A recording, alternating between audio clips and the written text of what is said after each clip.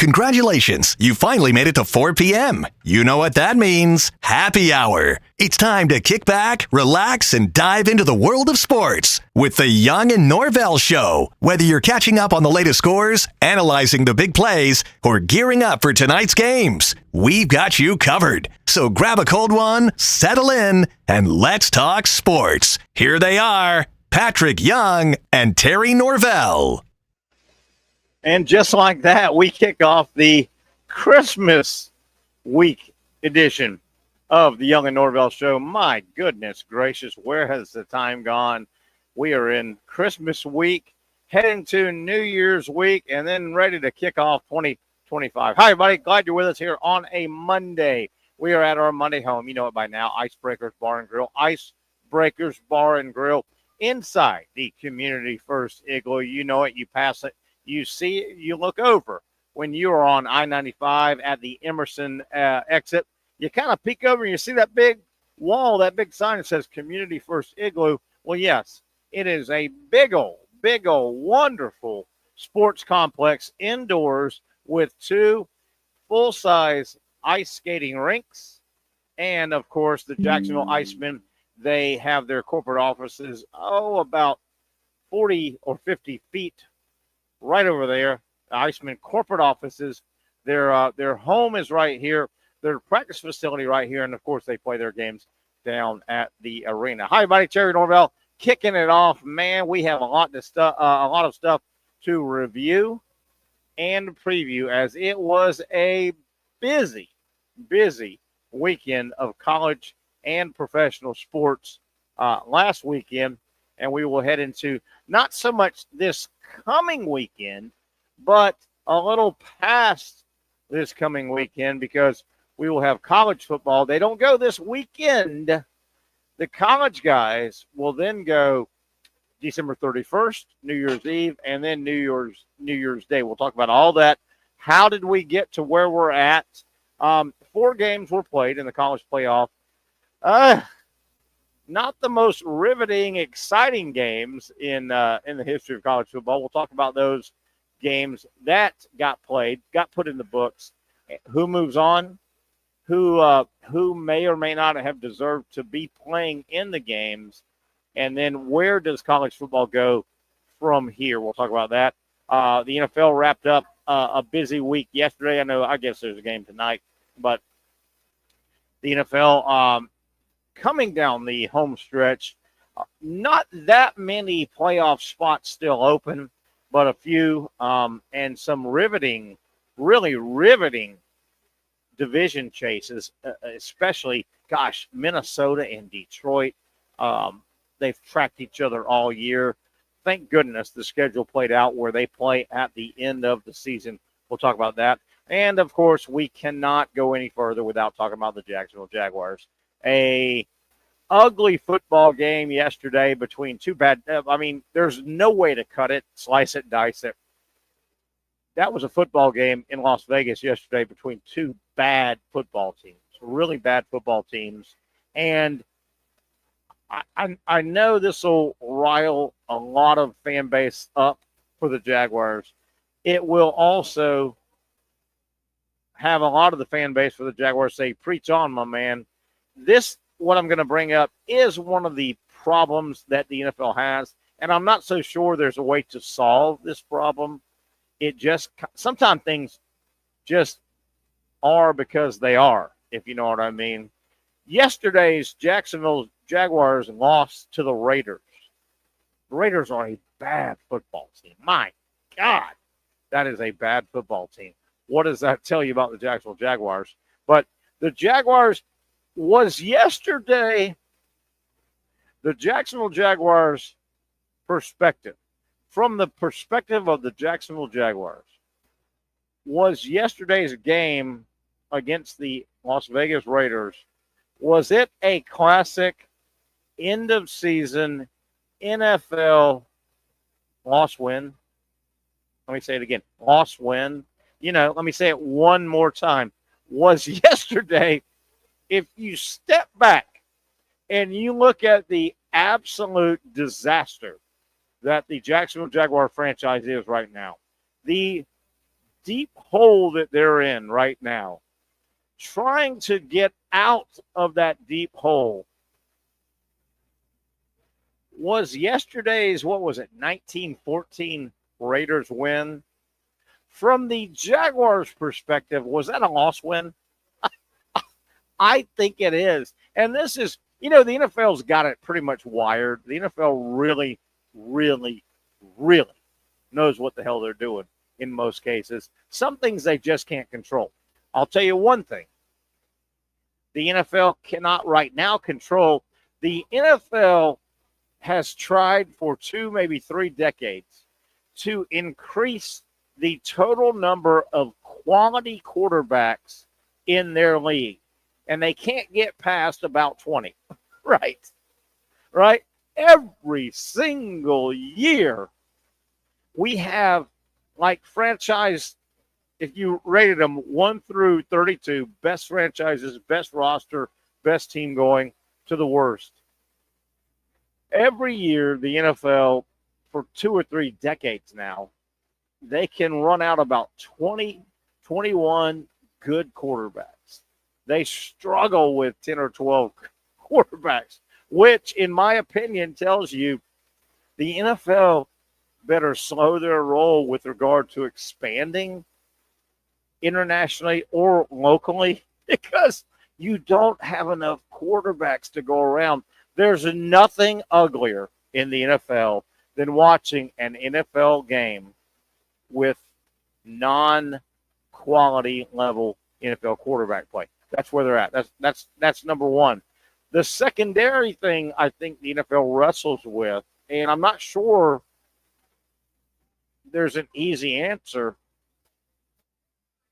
and it's what the Jaguars are going through right now. And every year, at least 2 or 3 franchises go through this, and I don't know what the answer is.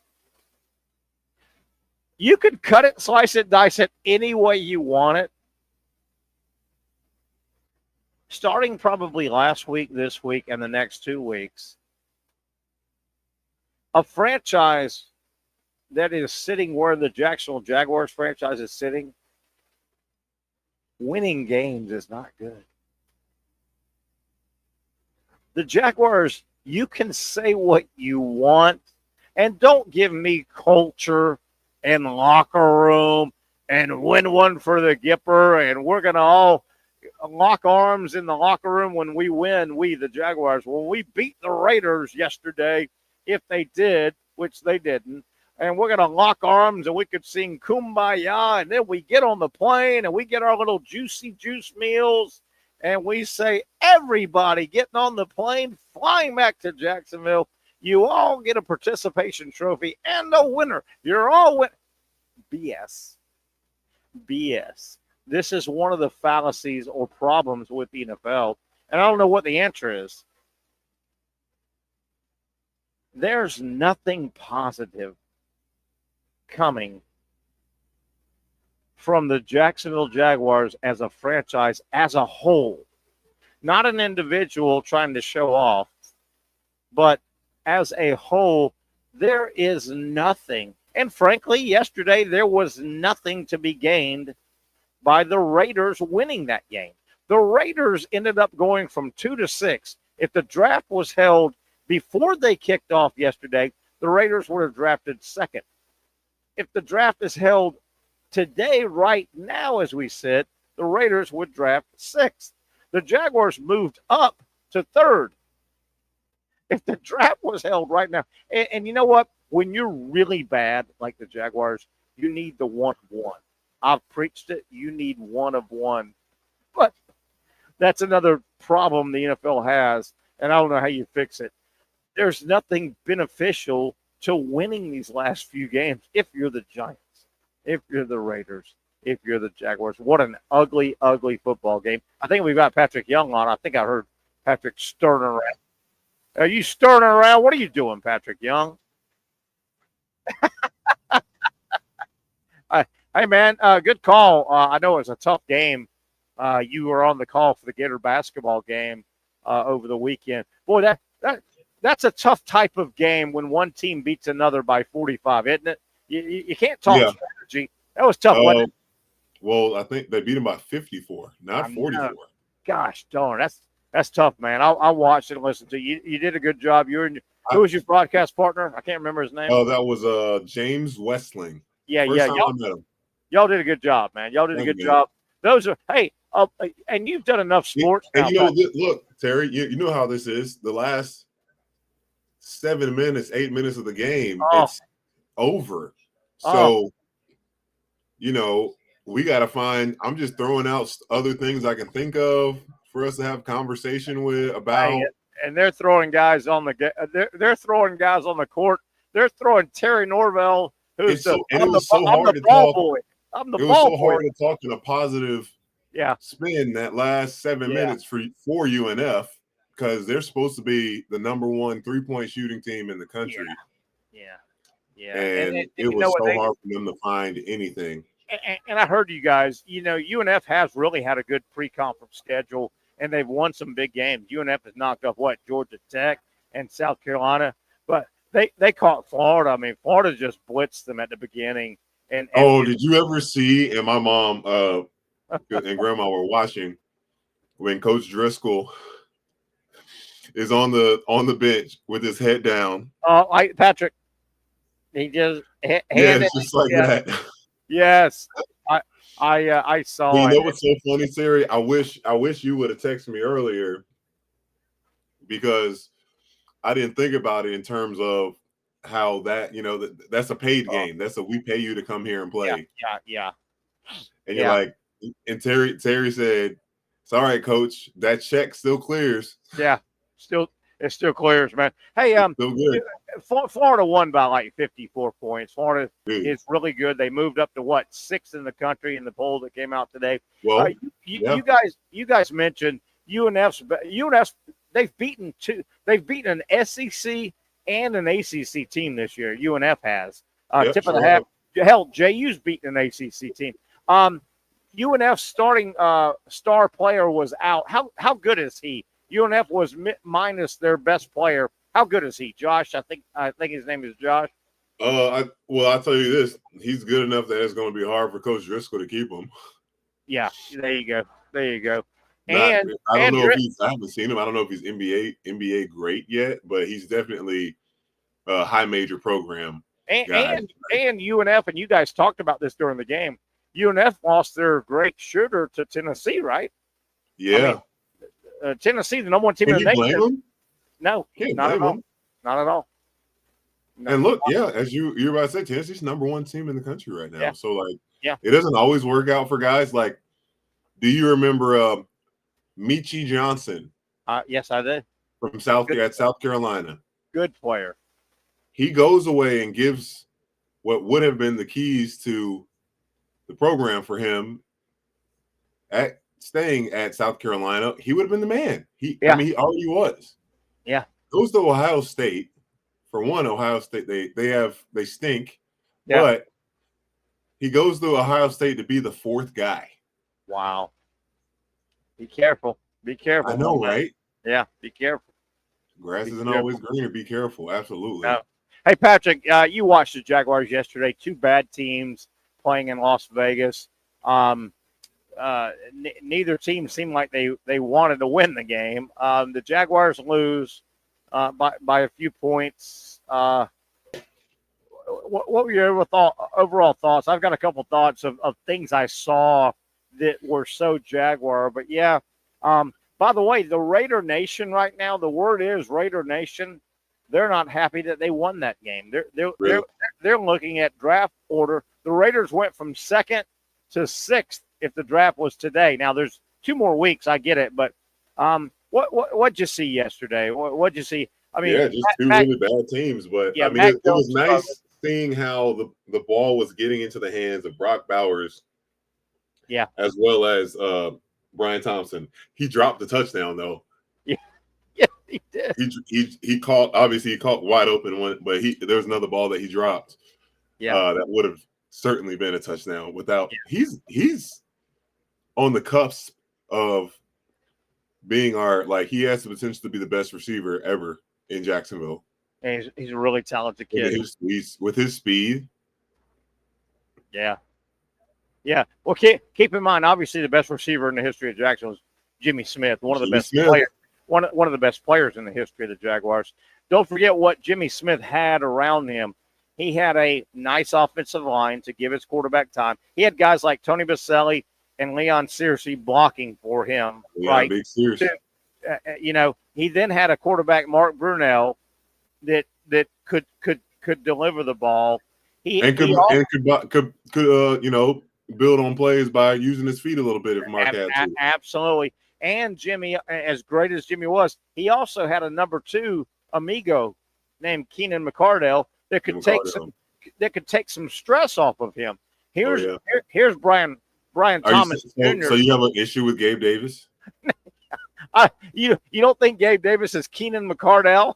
He's not Keenan McCardell, no. Yeah, and you don't think Walker Little, who went out injured, or Anton Harrison, you don't think that's Baselli, Leon Searcy, given time? Yeah. So as good as Jimmy was, and he was great. BTR's got to have some help. I mean, you got to have some help, man. And right now, that Jaguar team, and Patrick, there's no way to get around it. I hate to say it, but if you really break it down, if you're the Jaguars, you want to lose for the good of your franchise. You want to lose the next couple of games. I don't understand it. Yeah. I don't understand it. It's terrible, isn't it? The way that happens. I don't like. It's the obvious choice. Like what you were saying right when I got on. What are you playing for? Yeah. Right now, yeah. Obviously it's football, and you like. I don't know how else to break this down, because I know if you want to win, if you want to not be in this same position, you have to lose these games to get the best pick. Isn't that terrible? You almost have to. You want to, as an individual wearing the jersey, you want to play good, because there's an eye in the sky, man. Everything's on tape. So you can't dog it. You don't want to dog it, but you want to play well individually. But for the franchise, there's no arguing. Why would you? What's the benefit to win 2 more games and draft 11th instead of lose 2 more games and draft 2nd? I don't know. Yeah, man. I mean, it's honestly, Terry, it could be a fireable offense. It could be. Yeah, that's what it was for. It wasn't Tubby Smith. Maybe it was with the Texans. Yes, it was. He won the last game of the season, and they fired him. Yeah, they lost the number 1 pick, but I think, gosh, who did they get? It wasn't C.J. Stroud yet. No, it wasn't last year. I think that happened 3 or 4 seasons ago. Yeah. Are you familiar with that? Yeah, he won a game that he wasn't supposed to win, and obviously the GM and owner understands if we want to fix our current stinking stance. Yeah, very nice.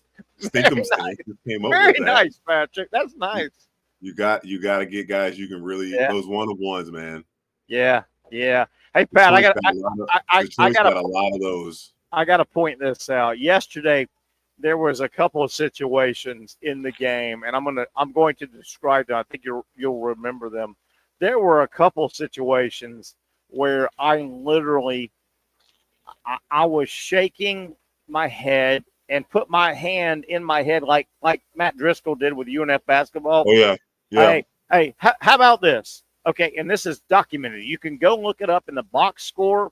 You might have remembered it when you watched the game. How does this happen to any franchise unless you're the Jacksonville Jaguars? Okay, first quarter, Eric Armstead, a free agent who's played 10 years in the NFL, 10-year veteran defensive lineman, okay?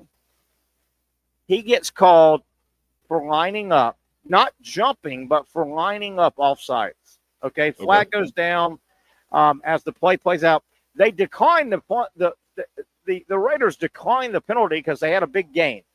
But Patrick, He lined up offsides, a 10-year veteran.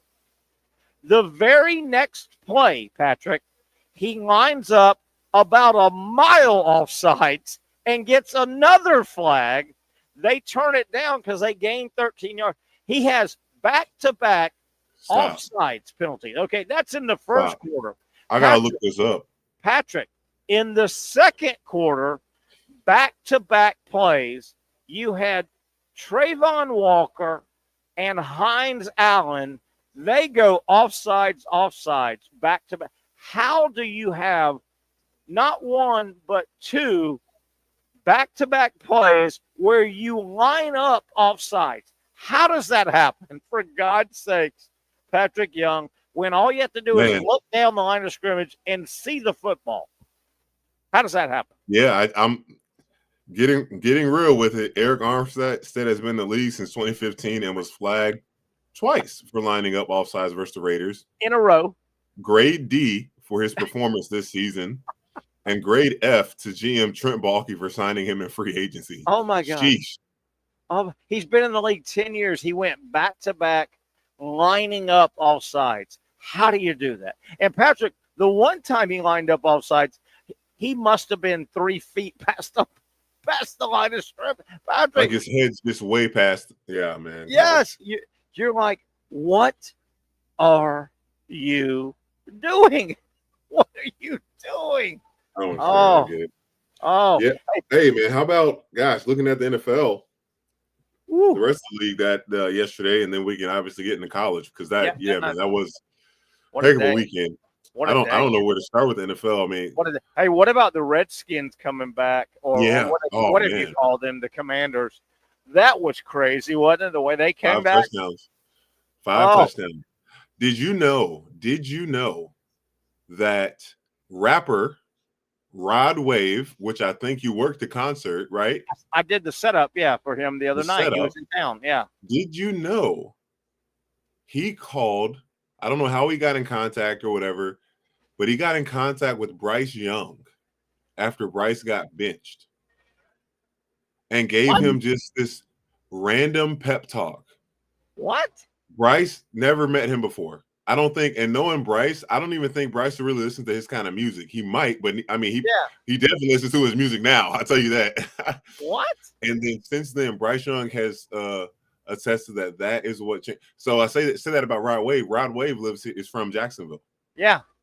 How about that? He attests his turnaround of his career. That phone call from Rod Wave, randomly, never met each other before. Hey, can Rod Wave? Can he talk to Mac Jones? Can he talk to Harrison? Can he talk to can he talk to Gabe Davis? Can he talk to? Hey, by the way, being serious for a moment, that was not a good time to have another fumble if you're Tank Bigsby.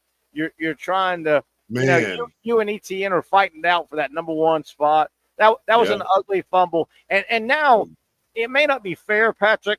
But Bigsby now is labeled a fumbler, right? Yeah. He's fumbled enough, and I hate it for the guy because I like him. There's only one of his fumbles that I'm like, I give, because the dude, it was early in this season. It was on a kick return. He got mollywopped. And I think he got hit so hard, I think he was out the rest of the game. Yeah. I remember that. It was one of those hits where I'm like, golly, I'm so glad I didn't play football. How fun is it to say the word mollywop? Isn't that great? Mollywop. Mollywop. That's a real word. So is kerfuffle. No, that's a good word. Cattywampus is a real word. That's dirty. That's just dirty is what that is. That's just dirty. Titillating? That's even dirtier. It is a dirty one. It is. That's dirty. Is your mother around? Quit talking like that, young man. Your mother's in that house. Right? But it's titillating.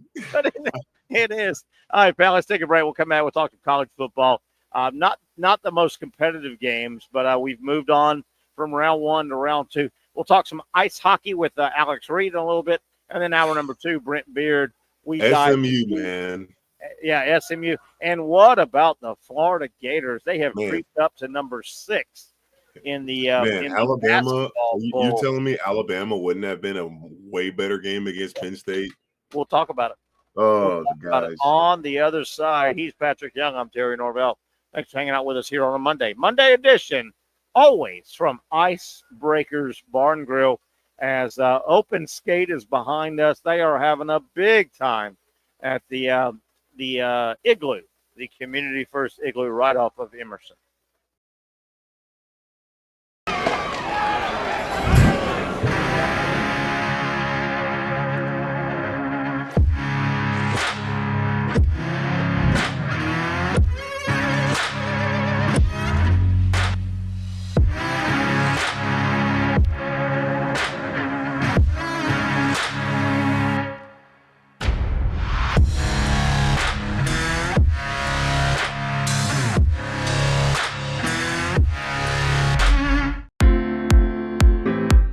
At Southeast Orthopedic Specialists, we know pain and injuries can stop you from doing what you love. This is why our board-certified orthopedic specialists offer the latest in both non-surgical and surgical treatment options and create a treatment plan tailored to your unique lifestyle and goals. So, whether it is a sports injury or that nagging pain that's keeping you from doing what you love, our team has the right treatment for you. For more information or to schedule an appointment online, visit our website.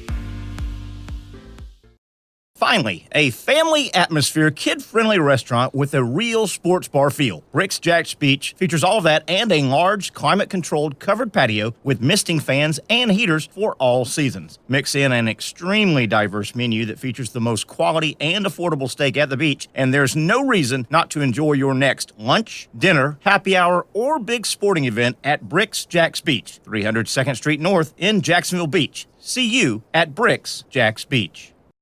You really got to hand it to him. Hold on. The previous play is under further review.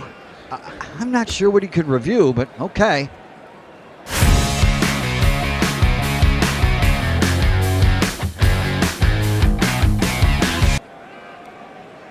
Sure has been a while. Dynamic Hurricane Grill and Wings for the football season. Well, there he is. Oh, what is that? The Action Sports Jax 24/7 network is streaming. I'm Stuart Weber, and I'm here to teach you a nice three-step process on how you can watch all your favorite programming from the Brent and Austin Show every weekday 10 a.m. to 1 p.m. or the Cup Date with me. It's fantastic. We talk NASCAR. It's a great time. Wednesdays at 1 o'clock. All right, first step, easy. Download the Action News Jax app. You probably already have it downloaded on your phone, so you might already have that one taken care of. Step 2, see that stack of pancakes up there? You click that stack of pancakes, and it's going to bring down step number 3, which is a full screen of all the different streams that you can click on, including the Action Sports Jax 24/7 stream. You click that, the video's rocking and rolling on your mobile device. You're watching all the shows you want to, and you're having a good time. You can also do it on your smart TV with the Action News Jax Now app. I do it on my Samsung TV at home. It's a great way to watch it on a nice, large screen for all the content. That's the Action Sports Jax 24/7 network. Hope you can find it. You trust CGC to make your water great, and now you can trust CGC with your plumbing needs as well. Fast, convenient scheduling, licensed and insured. A quick call away at 904-552-1242. You never know when you're going to have an issue with a shower, toilet, or maybe it's a sink that sometimes is easy to fix. All right, let's be honest. I'm not fixing anything. I'm totally staging this because when I have a plumbing problem, I call CGC Water Treatment and Plumbing. Trained professionals, transparent pricing, customer satisfaction. Small problem or even a bigger issue. Maybe you need a new tankless water heater or something a bit more intricate. The experts with 25 years of experience at CGC Water Treatment and Plumbing can do it all. Call 904-552-1242 or visit cgcwater.com. That's 904-552-1242 or cgcwater.com. CGC Water Treatment and Plumbing, an authorized independent Connecticut dealer. Florida license number CFC 1432579. Hey, back live here at the Igloo, the Community First Igloo. That is the name of the massive facility here off of Emerson. Of course, we are inside Icebreakers Bar and Grill, the wonderful big old sports bar. Boy, they had a big Christmas party going on last time we were here, and it's just a fun. Patrick, I don't know if you can see behind me. I'm telling you, I think because of the holiday and the number of northern people that have moved down here, Patrick, there must be 200 people skating, open skates on, and a lot of people off What's today. the capacity supposed to be at? I don't know, but there's open skate going on behind me. There must be 200 people, and they made them get off the air off the ice about 10 minutes before we went on the air because they took the Zamboni to smooth it out again. And dude, these people, they were like fighting to get back on that ice, like like they were trying to get front row at a damn a Rolling Stones concert, general admission. Man, dude, nobody's work. If you live up north and you've moved down south, down here to Jacksonville, nobody's working. They're here on this ice, Patrick. They're skating their little tails off around this place, man. It's unreal. It is unreal. Welcome back. Patrick Young is right there. I'm Terry Norvelle. We'll talk some ice hockey, Jacksonville Icemen ice hockey in a little bit, and then Brent Beard in hour number 2.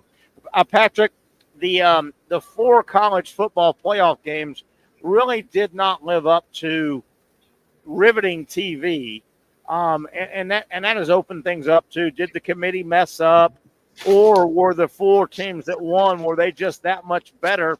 What was your overall? Just give me some of your thoughts. Well, we can't look past home field advantage. Yeah, sure. What's the incentive? And I'm trying to think, is there a way to fix that without more just bowl random locations? Yeah. But if you get the higher seating, that's you deserve something. You're supposed to have some type of advantage for being the. You deserve something, don't you? Yeah. I mean, you deserve something. Isn't being the number 1 seed enough? Yeah. My first thought is, I'm not ready to bury the entire committee because, right. I don't agree with committees. I don't think college football needs a committee. I think you need to look at the NFL, and we may be 10 years away from college football mirroring the NFL. The NFL does it by wins and losses on the field, okay? That's how college football needs to get. I think we're still 5 to 10 years away, unfortunately, from you qualify by winning enough games, win your division, win your conference. That's how the NFL does. The NFL has no committees. Okay, put that aside. I will say the way the NFL does their postseason is as close to the right way as you can get, right? They do it by on field. Now, the NFL does it as close as you can get to doing it the right way, and they still have terrible postseasons. I mean, there have been many wild card rounds that are terrible in the NFL. Hell, Patrick, I even looked it up today, and I've got facts to back it up. The NFL does it as close to right as you can do it. Think about their Super Bowls. There have been many Super Bowls that have been dog games. I mean, 35-10, 33-14, 24-3, 38-9, 46-10, 39-20, 42-10, 55-10, 52. I could go on and on. Patrick, there have been many NFL playoff seasons where the games have been dogs. Sometimes it just happens. Was that this case? I don't know. Should Indiana have been in? Probably not. Did Tennessee? My only thing, and I want you to keep going. Strength of schedule is something that has to be. That should. What do you think? Be the deal breaker, like the tiebreaker? You know what, if Patrick? these 2 teams have the same number of wins. Yes. Let's make that strength of schedule the deal breaker or the tiebreaker. The number of wins. Man, you nailed it, in my opinion. If you're not going to, quit telling me strength of schedule is part of the criteria if you're not going to use it. And, Patrick, they don't use it. They don't. You know what? You know what the strength of schedule is right now? I'll give you a little correlation. You're going to laugh at me for saying this, but I'm going to give you a correlation. It sounds good when the committee says, well, you know what? One of the criteria is strength. That sounds good. It also sounds good, Patrick, when on a dating site you say, well, she may not be the prettiest girl, but she's got a great personality. Okay, listen, the got a great personality That's wonderful, but I'm never going to choose her because she's got a great personality. Okay? If you're not going to use that, then kick the great personality out. Patrick, until they start using strength of schedule, kick it out. They don't use it, Patrick. That's the problem. They like to talk. They talk it. And I think, and I understand the frustrations for, a lot of different coaches because, some of them had bad losses, but those bad losses, like Ole Miss blowing out South Carolina, Ole Miss losing to Kentucky at home. Yeah. Alabama got beat at a very average Oklahoma. Okay, which, but they still also head Georgia. Scratcher. They also beat a head scratcher, but like Alabama beat Georgia. Oklahoma and SMU, that's a good bowl game, not a college playoff bowl game, in my opinion. Yeah, man, I would love to see those two teams play. I mean, Indiana has played two good teams this year, Ohio State and Notre Dame, and they did not compete for one play. Not one play. Man, I knew it was so funny. I knew it was over. Marcus Freeman was over there. Something happened. He over there smiling. And it was like in the third quarter. I remember that. In the third, I was like, dang, man, he is so like he know his and he just got paid and he just got an extension. I'll give Tennessee, I'm picking them out now, and you can pick any of the four games you'd like to as well. I'm going to give Tennessee a bit of a break. They got beat 42-17. You know what? I text my buddy Jeff Kendall, who's a big Tennessee fan, after the game, and I said, Jeff, I'm going to break it down as basic as I can. I texted him this. I said, I just think Ohio State was that much better than Tennessee. Sometime the team is that much better. I think Tennessee's pretty good, but they just ran. But Indiana, how many 3 and outs are only like 4 plays or 5? Like the first few drives for Nico. Yeah, it's like, man, they've used, in that first quarter, it's like, man, they've barely used a minute or 2 off the clock in possession time and handed it back. Ohio State's defense was flying around like crazy. Yeah. And I think, do you think he had a concussion? Man, he had to have a minor concussion, man. You would think. His helmet. I know. How about the helmet get cracked? You can't tell me he didn't his brain didn't like hit against the skull or whatever. Like come on now. And we'll get into this a little bit later with Brent Beard. Now we're number 2. I'm gonna pick on Tennessee a little bit here. If I was a Tennessee fan, my biggest concern sitting here on December 23rd at 4:37 Eastern Standard Time, my biggest concern if I was a Tennessee fan is Nico. And here's what I mean about Nico, the quarterback. Patrick, I watched him all year like you did, like we all did. I don't think he got any better. I think Nico was the same guy when he took a snap game 1. You look at a guy like Lagway. Lagway is learning the game and he's getting better. Nico looks like the same guy that I watched game 1 that I watched game 13. That's my concern with Nico in Tennessee. Yeah, he didn't play good. Like not at all. Where you could even see him making some good reads or just doing something that's even executing the simple things. And that's why I do wonder, for one, if that hit did affect him, and if it didn't.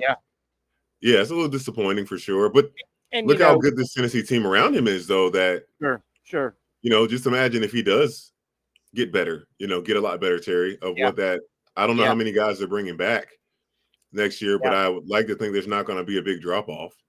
Yeah, and the other thing that really killed Tennessee, they needed a healthy Sampson, the running back, and he only went 4 or 5.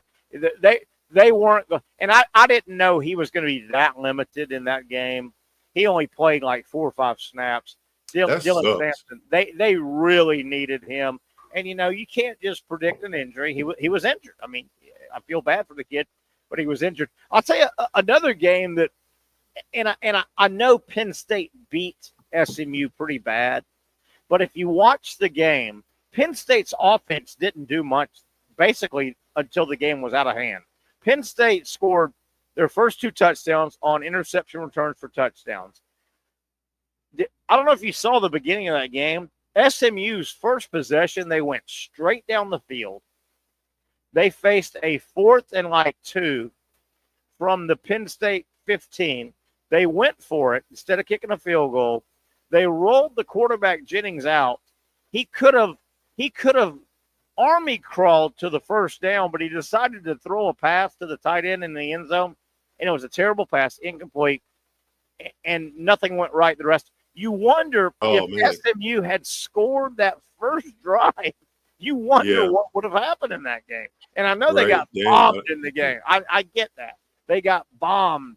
But, he really could have just ran for that first down. Like, he could have gotten to it. Yeah, he could have bunny hopped to the first down, but he said, let me throw it to the tight end, and he threw a terrible pass. It was incomplete, and the game was over. And the game was over there. And the game's over, just like that. Yeah, the game was over. What did you make of you feel bad a little bit because Kurt Cignetti, the coach at Indiana, he's a type A personality. He's a little arrogant. He is at Indiana, but, oh, my God, they did not even compete against Notre Dame. And I didn't think Notre Dame was great. I don't think Notre Dame's a great football team. Indiana just did not compete. Pat, did you see much of that game? It was a real buzzkill. But I was definitely disappointed. Yeah, but it was a buzzkill Friday. What was that, Friday night? Yeah, that was a Friday night game. Ooh. Yeah, I did watch some of it. Yeah, I sure did. Riley Leonard, and it's still hard for me to say, is he really that much better than he was last year, or is it the competition? Yeah. But if he really is that good, they might be legitimate to beat Georgia for sure. I think they could if we got to see what Gunnar Stockton's going to look like. Yeah. Obviously, and what was really cool, that first drive that Gunnar had against Texas, I mean, just marched the ball down the field for a touchdown. So how about that? I know, right? He can. I like quarterbacks that are dual threat, man. And how about this? If Gunnar Stockton has to ever come out of the game for anything, Rashada comes Rashada.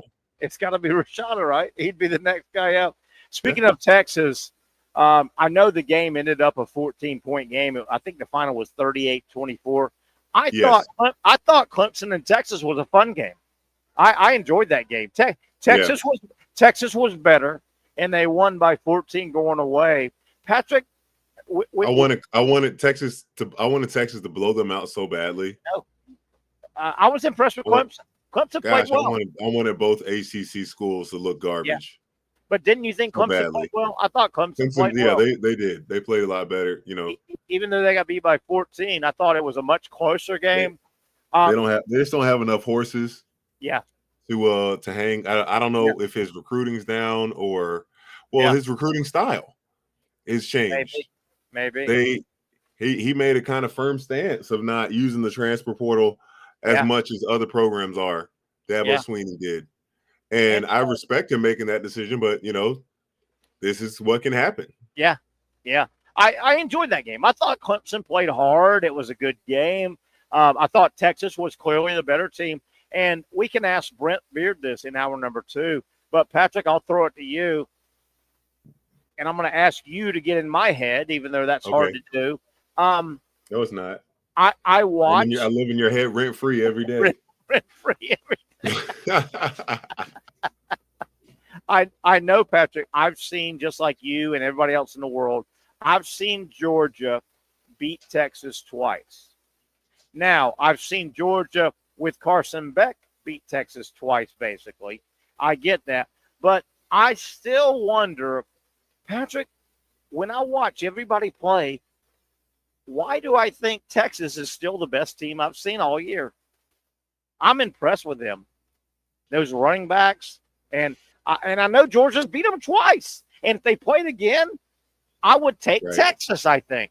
And if they played again, by the way, if they played again, it would be in the championship game. They're in different brackets. They're in different brackets. Oh, man. I still think Texas is the best team going. I don't know why. Well, I don't want to speak for you, but I don't know how many Oregon games I watched. I didn't watch enough. fair enough. I haven't seen a lot of Oregon. Yeah, like I would. That's a great point.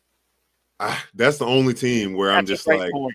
Are they really this legit? Like, because if so, I mean, they don't have one scare, and it was against Ohio State, which is a good team. We see that, and they now. get them again, and they get them again. How about they got them again? That's who they play next. Oh my gosh, what a perfect! Hey, how perfect matchup, man. Hey, how about Oregon? Oh, what a perfect matchup! Oregon has been the second half of the season the consensus #1 team in the nation. How about they draw their first playoff game is in the Rose Bowl against Ohio State? How about that? Wow, that's awesome, man. How about that? Right? Ooh, that's tough for Oregon, right? By the way, Ohio State is one of those scary teams because they haven't played their best game yet. You can look at Ohio State, and even the other night, they played good. I didn't think they played their best game yet, even against Tennessee. Ohio State's sitting on a good game. I mean, defensively, they just were. Oh man, but they started the way that Howard started the game out. I know with those long balls. I was like, dang, all right. Everything I said about him, he might be a little bit better than Yeah.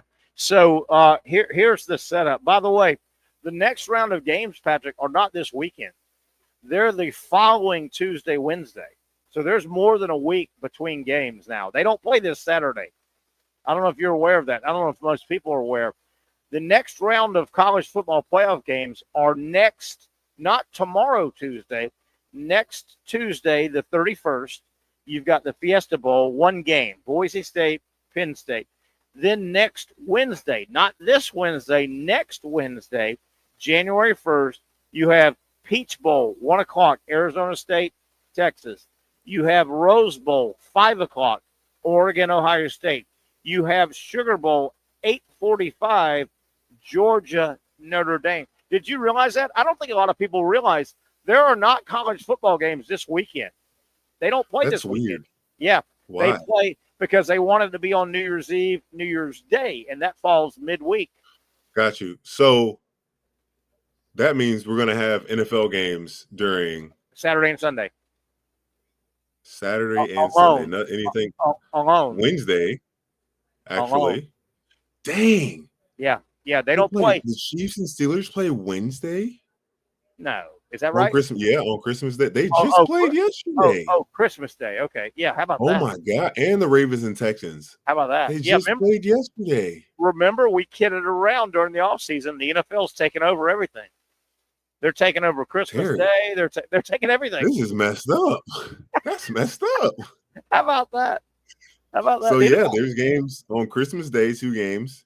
Chiefs, Steelers, Ravens, Texans, 1 game Thursday, Seahawks, Bears. How about that? 3 games on the 28th.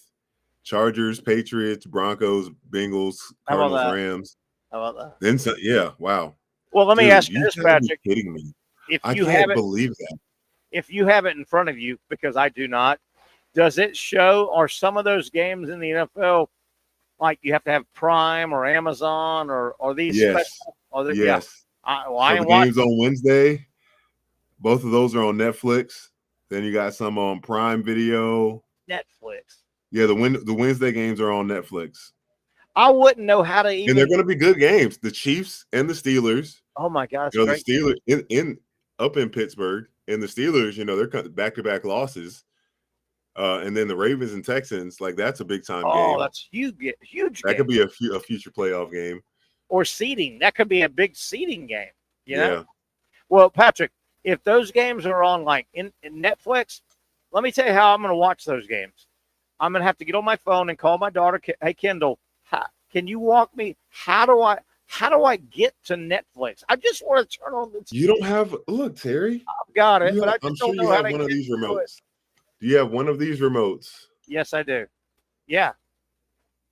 I just hit Netflix. You can't read it or see it because it's I see blurry. the white one. Does that say Netflix? But this white one, is the Netflix button. That's all you got to press. But you know what? Let me tell you something, Patrick. That works for other people. If I hit that, I swear to God, Patrick, technology doesn't work for me like it does other people. If I hit that button, nothing's going to happen when I get home. That's Somehow, not true. I'm telling you, Patrick, it doesn't work for me. Technology hates me, Patrick. No. It hates me. And I hate it right back. I hate it right back. No. It does. It does. Patrick, it really does. Hey, what's your next TV basketball game? Do you know yet? Betson game. Oh, when is that game? That is on the 29th. It's on a Sunday. And then conference play, right, for the Gators? Yeah, conference play. My first game with the SEC is January 7th, so still got a good amount of time. Who do you have January 7th? Is that your show? Oh, I mean, if I'm in studio, it's got it's going to be whatever teams are playing. Okay, so I'll be there every Tuesday and Wednesday until first week of March. Oh man, that's great, man. That is great. So that starts on the 7th. Yep. 7, 8. So yeah, I counted it out. It's as of now, without thinking of the postseason, it's 9 trips. I love it. I love it. 9 trips.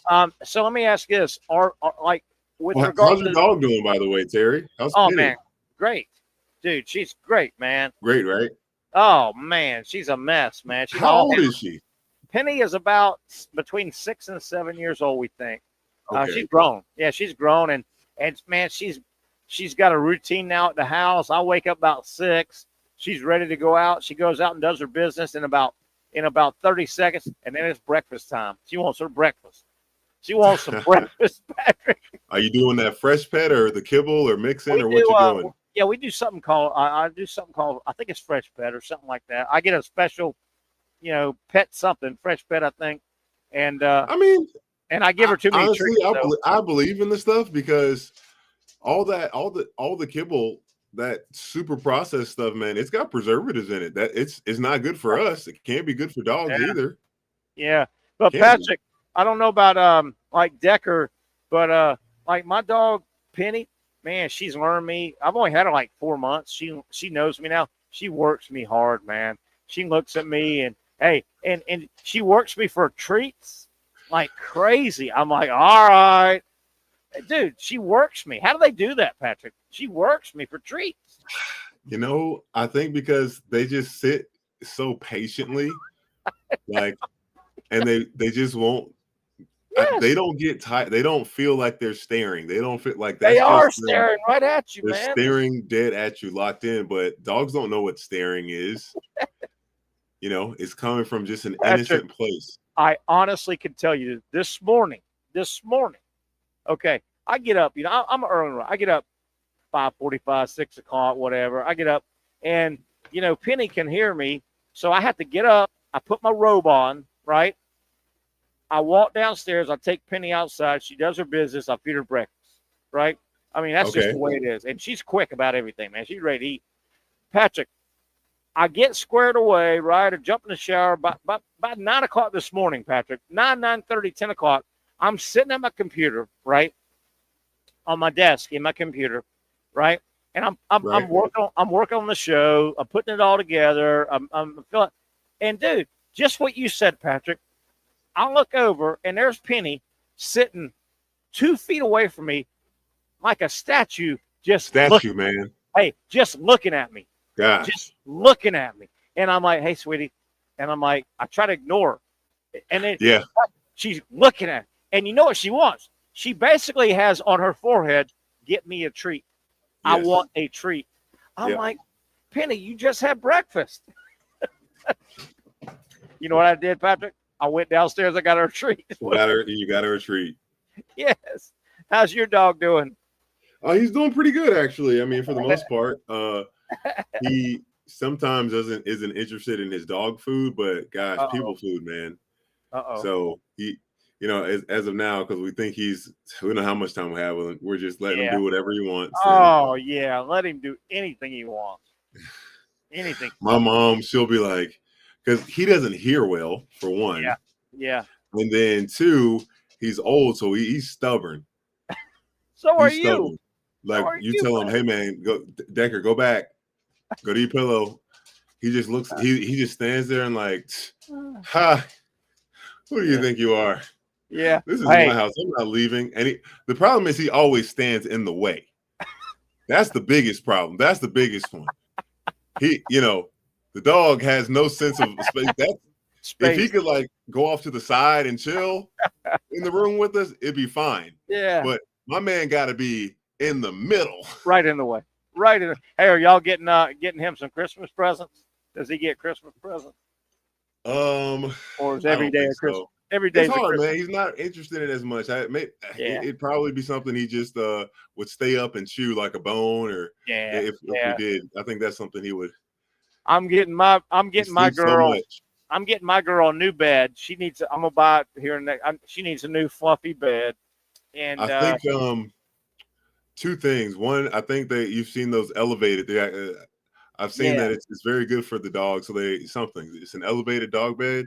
Yeah. And then there's these elevated holders for their bowls.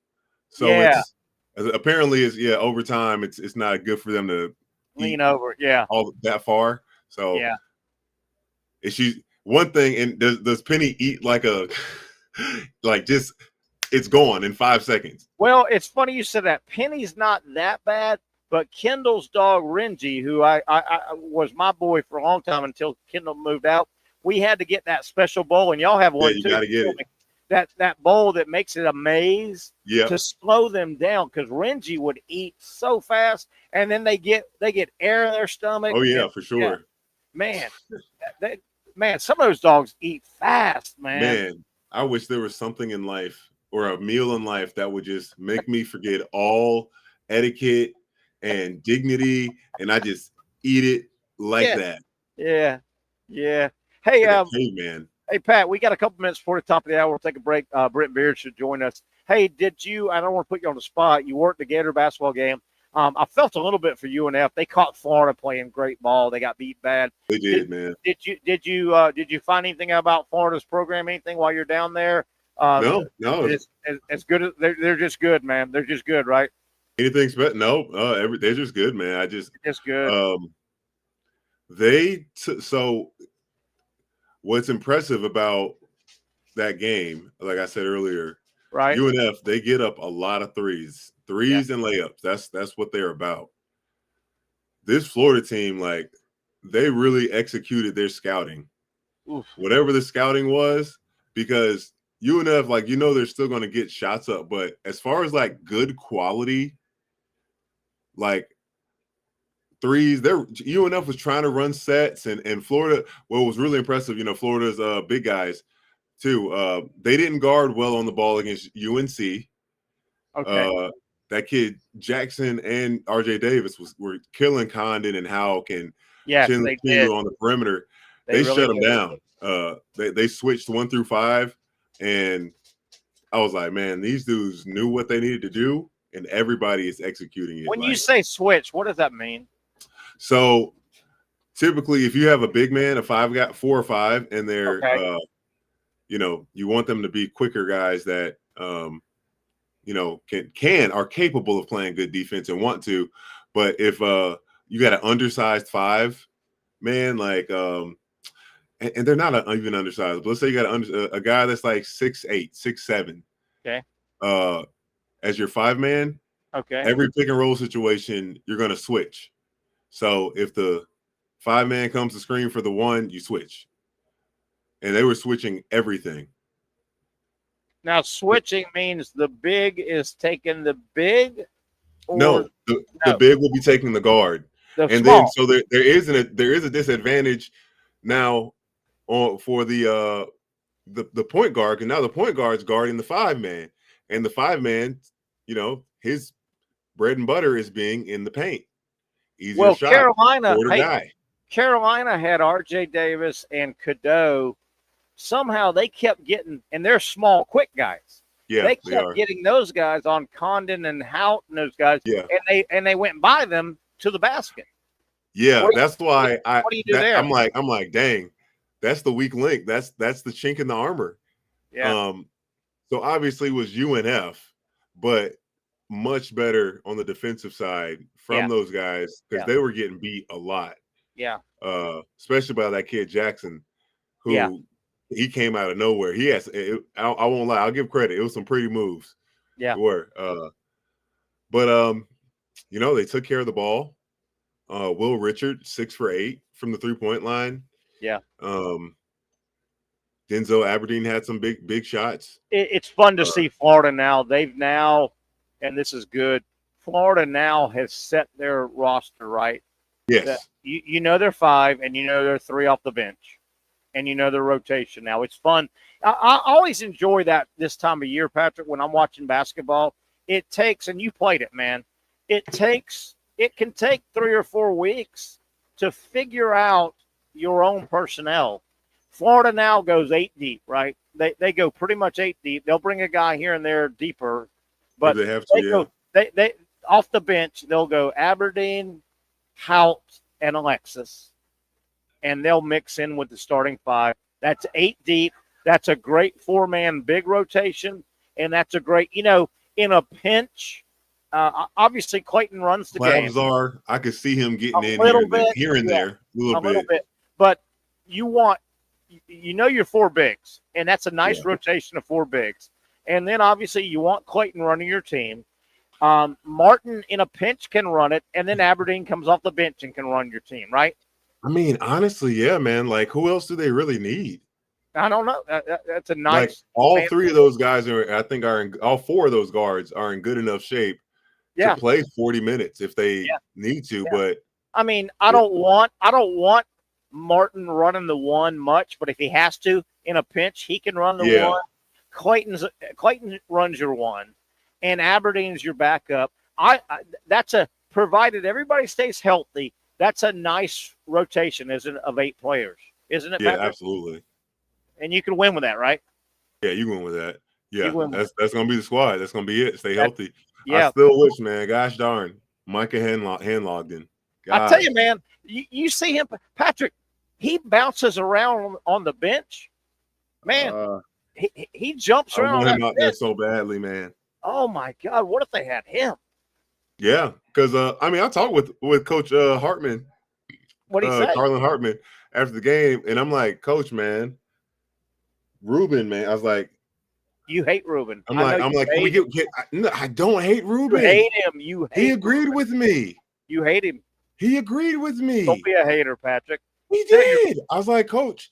He missed his dunk, boy. He missed it. I saw my man just with his hook shot. Yeah, he missed the dunk. That would have been the play of the game. Pass. What about the pass? Behind the back? What about the pass? My man is he just looks so stiff, and like he's forcing. I'll say he's going fat, like fighting to get. And I struggled with this before I had to learn it.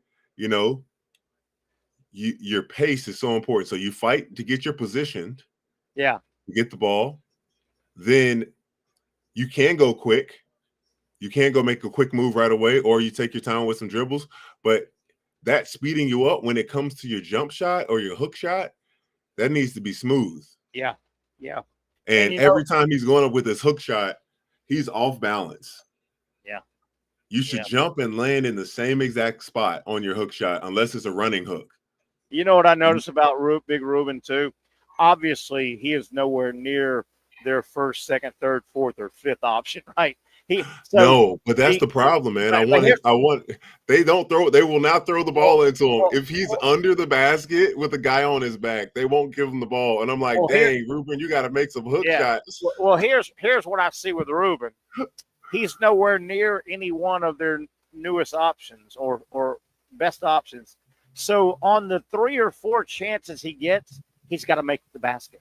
Got to make it, man. He's only going to get 3 or 4 chances. And the other day, dude, what about the behind? Was it Condon threw the pass? I think Condon did the behind the back pass too. God, and he fumbled it away, Patrick.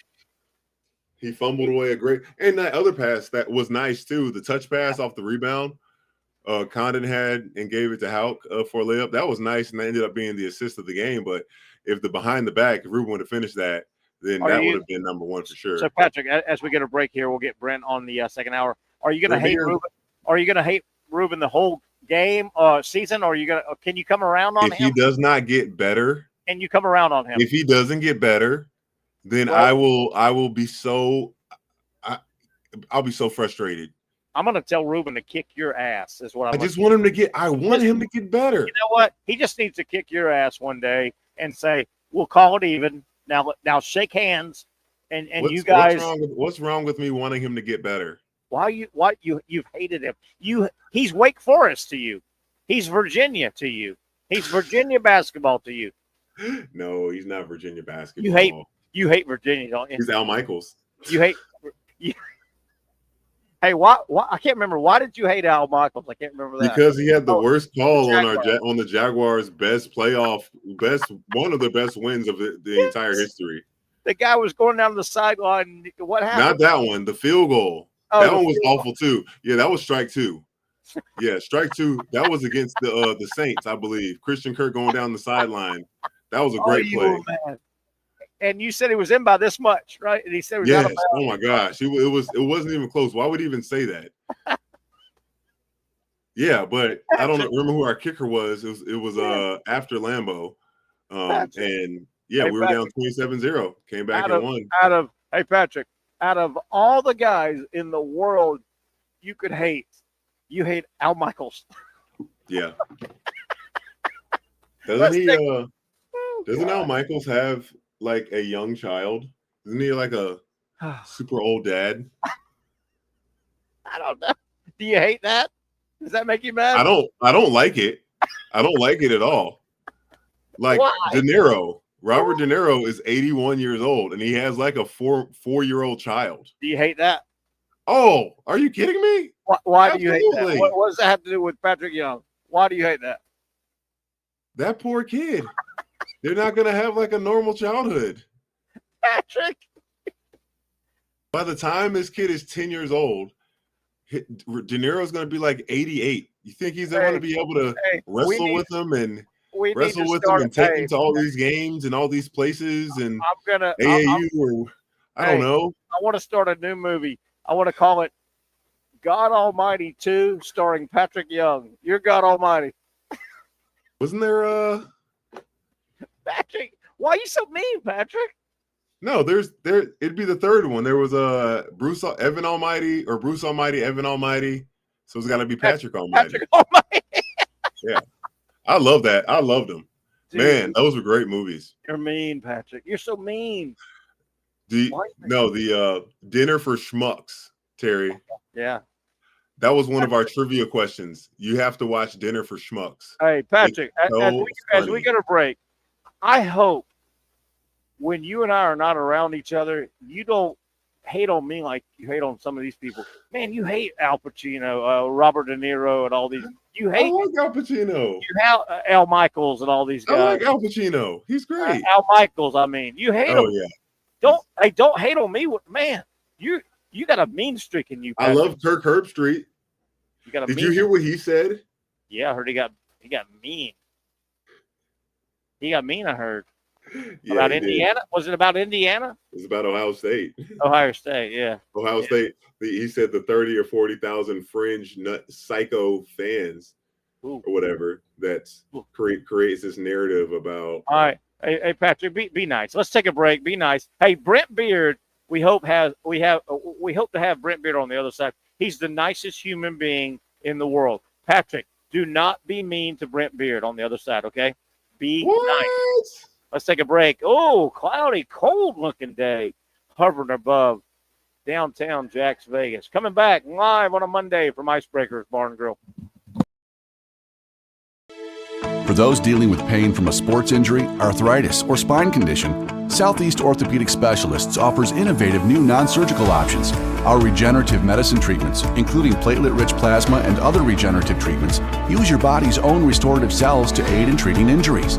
These procedures are performed in our offices and typically require minimal downtime. If you want to get back to doing what you love, our regenerative treatment options may be right for you. For more information or to schedule an appointment online, visit our website.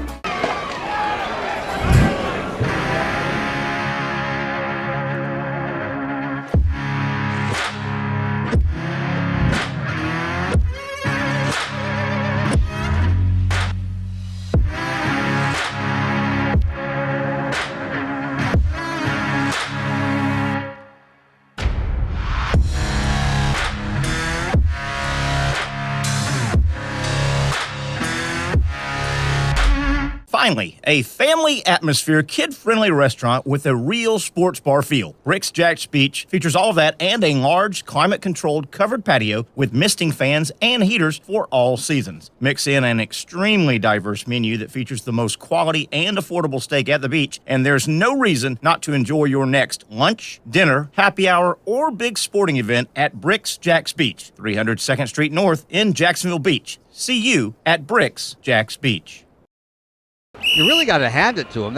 Hold on. The previous play is under further review. I'm not sure what he could review, but okay.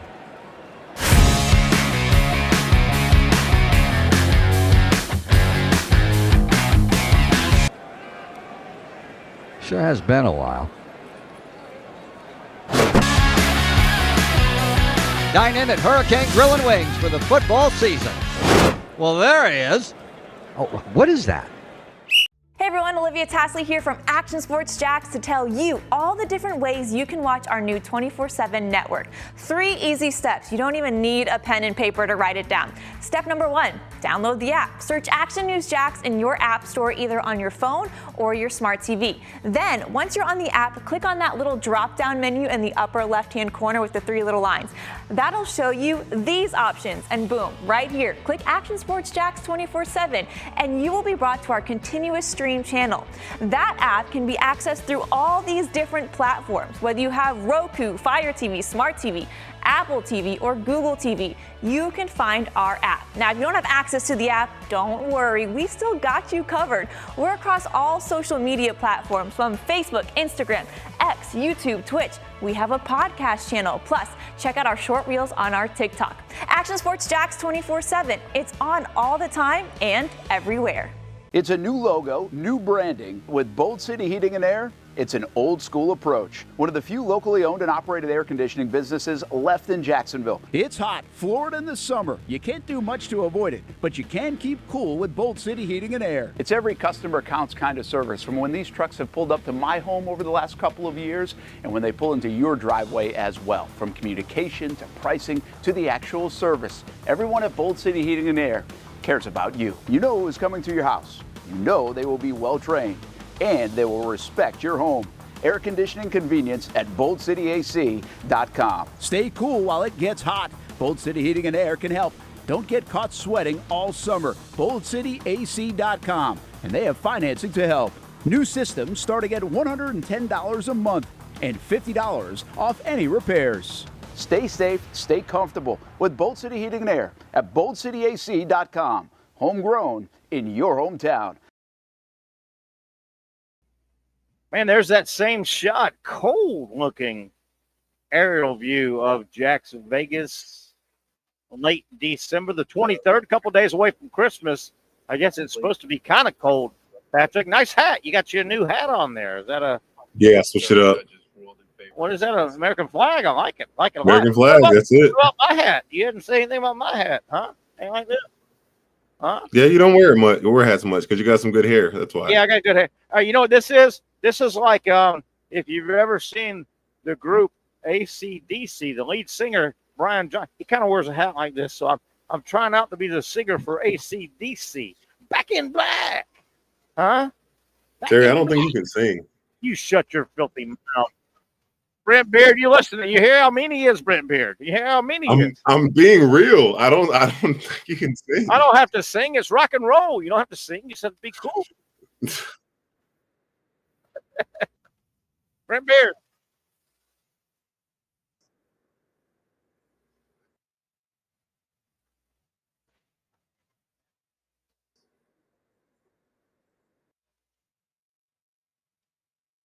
A gallon of Sex Panther cologne. A gallon to get me through the whole year. Can you imagine me with a gallon of Sex Panther? Oh, Patrick. That will certainly last you the rest of your life. A gallon of Sex Panther. Oh, it wouldn't be fair to the young ladies out there, Patrick. It wouldn't be fair. What pheromones are in there? Hey, Brent Beard, what do you think? 4 games in, none of them are real. I thought Texas Clemson was a good game. Where are you, Brent? I can't see your face. I think. Hear how mean he is, Brent? I can't see him. I want to see Brent's face. I can't see him either, but I know he's handsome. He's a handsome man.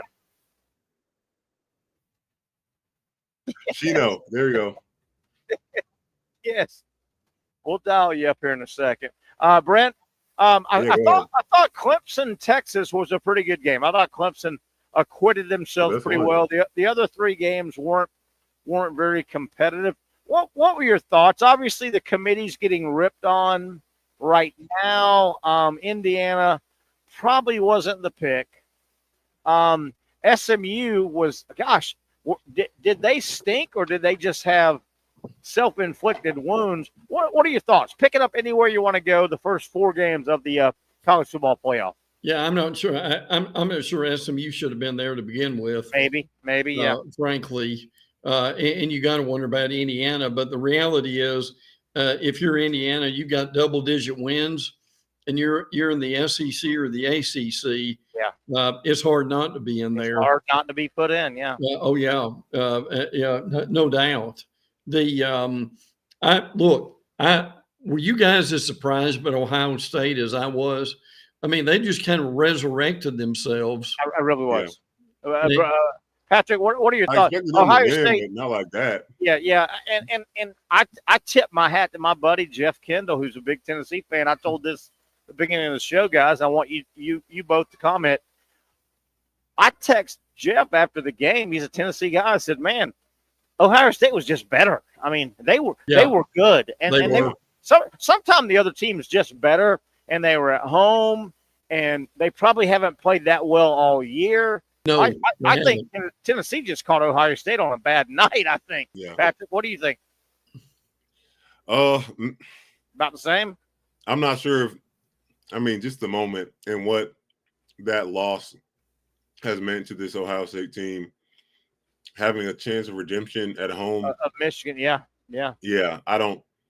Yeah. And, from what I've heard over after this, even before the game, was that Tennessee should be content with making it to the playoffs because they didn't have great expectations going into the season. So this is it's a win. First, you're in that first 12 group that went to the playoffs in history. Mm-hmm. Yeah, and Brent, it's easy from 2,000 miles away now revisionist history looking into it, but that might have been a tough night to catch Ohio State, as Patrick just said. They stunk it up against Michigan at home. Yeah. Their last time in front of the public, Ohio State's last time in front of the public, that you say what you want. They 13-10 or whatever that game was, they stunk it up at home against Michigan, and they had 3 weeks to just stew on that, and their fan base chewed them out, and college football chewed them out. That might have been just a really tough spot. And Penn State wins the Big Ten. Yeah, sure. Well, and you guys are right. I mean, as far as Ohio State, Tennessee, Ohio State was so conservative against Michigan. They ran right up the middle. That's Michigan's strength. They didn't try to throw the ball around, but they got aggressive from the get-go. They were up 21-0 before people were almost comfortable in their seats. The other problem with Tennessee is Dylan Sampson had the SEC leading rusher had a hamstring trying to play in it. Pat, I don't know if you've ever had a hamstring and try to play in it, but I understand it's just almost impossible. Yeah. And then Squirrel White and Brew McCoy were hurt too. So you had all that stuff together, and Nico is still, frankly, a freshman or a redshirt freshman. Yeah. So it was you put all that in the hat and draw it out. It was a bad night for Tennessee. And Pat, I played a lot of sports when I was young. I had the twisted ankles from playing baseball. I had the sore arm. You just throw so much, your elbow and arm hurt. I got hit by a lot of pitches. I never had a hamstring issue. Did you, Pat? And I don't know what it was like. I don't know what it's like. Sure I never had a hammy. I never had a hammy. I'm sure I tweaked it at some point in my life, but nothing outstanding. It must be bad. I remember pulling my groin. Yeah. That one, that was awful. Good. Not good. Not every good. step. Any pushing or slowing down, pushing what off. What a shame, because Dylan Sampson, the running back for Tennessee, through about week 8 or 9. I mean, he was on a fast track to go to New York. He was. Yeah, he was. Yes. I mean, and he got banged up. He had a big season. Brent, I want to go back to Tennessee real quick. And Pat and I talked about this a moment ago. My big concern, if I was Tennessee fan, and tell me if I'm reading too much into this, my big concern would be Nico. My problem with Nico is I don't think he got any better as the season progressed. I think Nico the other night was the same Nico as week 1, 2, and 3. Yeah.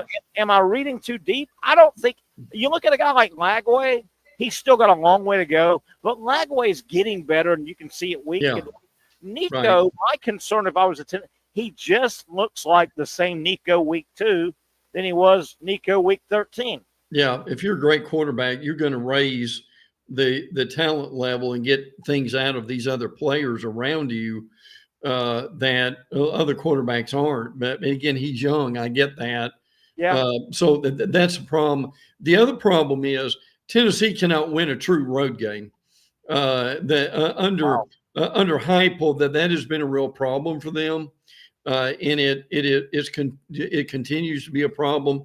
I think Pat's right. They not a whole lot was expected out of them in the beginning. I mean, they had a fine year. They made the playoffs. They deserve credit for that. But at the same time, so look, overall, what they need to do now, heading into not this week but next week, they need to reseed this thing. You can't, guys. You can't have probably your two best teams in Oregon and Ohio State playing in the quarterfinal round. Yeah. Right. What is that about? Yes. One of those guys, or Oregon or Ohio State is going home. Yeah. Next Wednesday by It'll be a great game, but by 9:30 at night. By 9:30 at night not this Wednesday, next Wednesday, because they're in the Rose Bowl at 5. Yeah. By 9:30, 10 o'clock, one of those teams is on a plane heading home to put the pads and helmets away for the year. Yeah, I agree with that. In the quarterfinals, Patrick, as he said, in the quarterfinals, guys. I still don't know how good Notre Dame is. They literally have played a really, really soft schedule. How either one of you guys jump in? I want both of you. How is Notre Dame any good? I don't know. I don't know. Well, they can run the ball well. With the Love kid who had the 98-yard run, was certainly impressive. That was nice. Now we don't know about Leonard Riley as far as how good he is, and I don't think they don't have great receivers, frankly. But that's a pretty good matchup with Georgia. And again, Gunnar Stockton. Yeah, has thrown a total of 51 passes in his life, but that's still going to be a strength. I'll take Georgia, Patrick. I'll take Georgia right now, Gunnar Stockton or not. I'll take Georgia right now in the Sugar Bowl over Notre Dame. Is Notre Dame any good, Patrick? Have you seen? I haven't seen them show me they're any good. I don't know. I can't come to a conclusion yet on that. Well, this is going to be obviously will be their best test that they've had all season. Yeah. And you also, guys, we also look at a team like, and I don't want to take away from this team. I don't want to be Debbie Downer, but I look at a team like Arizona State and I go, holy guacamole! You look up, and they are in the quarterfinals. There are 8 teams left. And I didn't know what a Scooby-Doo Scataboo was 4 weeks ago. I didn't know what Scataboo. How did they not only Scooby-Doo? Yeah, they found themselves in the playoffs. Brent, they got a bye, and they're in the quarterfinals. Yeah. And I don't know what they are, who they are, where did they come from? Well, this is part of the problem. They were projected to finish last. In their conference. Yeah, which they've had. Look, they've had an amazing season. I certainly agree. And they're pretty good. I certainly agree with that. But I mean, guys, at the same time, they really need to do away with the buys. I don't know if they will, but that needs to happen. I think they could get bombed by Texas. Yeah. And Quinn Ewers is not great right now, but if Weiser can run the ball and their defense is playing well, I think they can win certainly that game. But I mean, the committee's gotten a lot of criticism in a lot of ways. A lot of that they have deserved, frankly, but they really need to reseed these teams now. And here's another team, guys, and Pat, I'll let you lead off with this one. Here's another team that what I just described with Arizona State, you kind of look up and you go, wow, Arizona State's in the quarterfinals.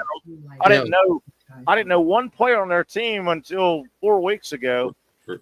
Obviously, I know Genty with Boise State, but if Genty was not on Boise, if Boise State did not have a Heisman Trophy candidate, right? If they didn't have a guy in the Heisman race, they still had the type of season. I think half of America would be saying, why is Boise State in the playoff this deep? Yeah. I think the Genty thing has kept Boise State from catching a lot of flack.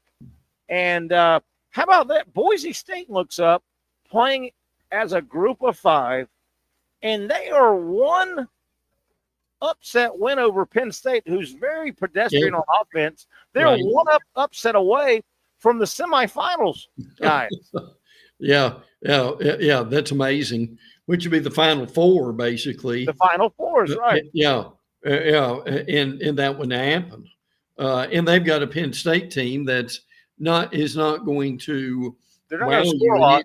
You need to stretch the imagination. So, and by the way, have you guys seen the overnight numbers? No, I have not. Tell us. Tennessee, Ohio State, 6 point. Okay, think about this a minute. 6.3. Indiana, Notre Dame, 5.7. And Clemson, Texas is 3.6. And oh boy, SMU, Penn State's a 3.1. Wow. And that was a nooner, right? Was that yes. Game? Yes. But I can tell you the advertisers didn't sign up for that. For the 3-1? Yeah. And now the overall numbers aren't out yet. They'll be out probably today or tomorrow. But you know good well the advertisers did not that they were not looking those numbers and see. Well, Pat, I will say this of those numbers, and obviously I don't know what 6'3", 5'7", 3'6", 3'1" are. Obviously 3'1" is the lowest, and that was SMU Penn State. Pat, I will say this. Even if it was an NFL game, Saturday at noon would be a hard pull, wouldn't it? For any, Saturday at noon is hard to get a big audience sitting in front of a TV. Wouldn't you think? Saturday at noon. Yeah. 3:30, 7:30, 8:45. That's one thing. I like Saturday at noon. 4:30 sounds great. By the way, Saturday at noon, holiday season, people traveling. Yeah. That's tough. That's Brent. Do you know what? My screen was very blurry. My connection. I see your hat now. It looks nice. Yes, I can. Thank you. Thank you very much. I couldn't tell what the style was, but I can see it. There the now. style is really cool, guy. Yeah. That's cool what I'm buying for Terry. Brent, do you know? I don't want to put you on the spot. Is 6.3 Tennessee, Ohio State? Is that a good number?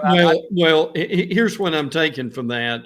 And if I'm wrong, we'll go over it. Correct. Now, my understanding is that is 6.3 million and 3.6 million. Okay. Look, the numbers that we talked about all season long, there were games like Georgia, Texas that had 13 million.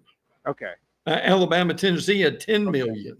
Now, don't forget, 2 of those games were on TNT. That right. doesn't help. How about that, Patrick? Noon on TNT. What in the world?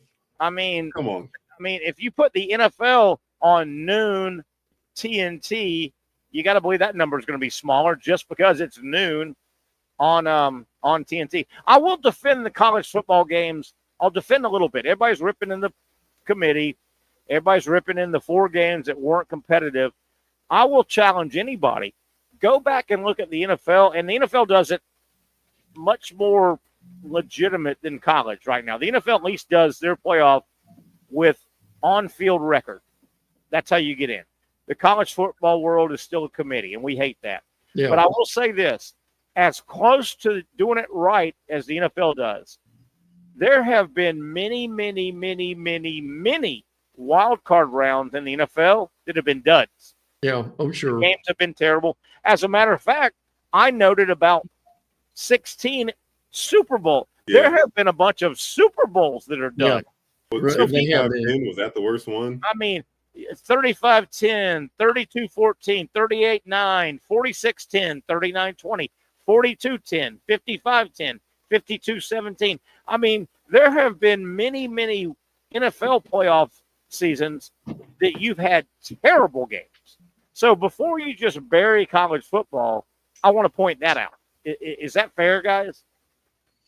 Well, I do think the next round, well, Lord, it'd have to be better. It couldn't be worse. Yeah. But frankly, I mean, you still got some good games.